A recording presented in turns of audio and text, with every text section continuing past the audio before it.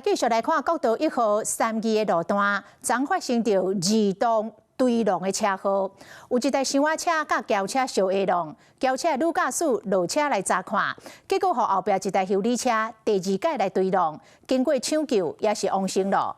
若箱仔車是坐4個人，駕駛甲菲律賓的外傭嘛重傷死亡。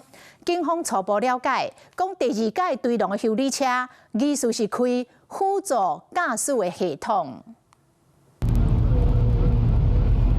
車禍現場，一個女駕駛活佇護欄，表情痛苦，加載意識清楚。伊就是造成兩界對撞的修理車女駕駛。昨中晝，國道1號苗栗3期路段發生嚴重車禍，黑色的箱仔車甲轎車先佇內線車道相撞，轎車的女駕駛落車去頭前查看，結果去和後壁一台白色的修理車對撞。其中落車查看的36歲女駕駛經過搶救也是歸亡。箱仔車的男駕駛甲車頂67歲菲律賓籍的使用人也攏無救回來。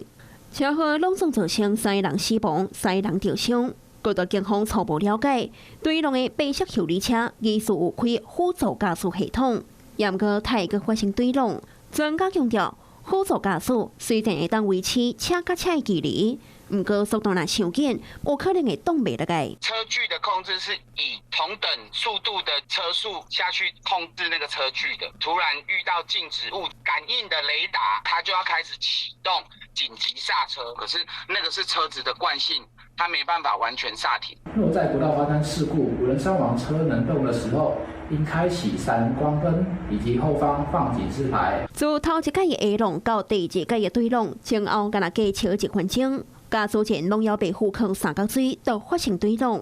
黑色的箱仔車當時載3個乘客，其中67歲菲律賓籍的使用人陪主人來台中找朋友，因為人艱苦去病院治療，出院了後前往機場被轉去菲律賓，想袂到撞到事件。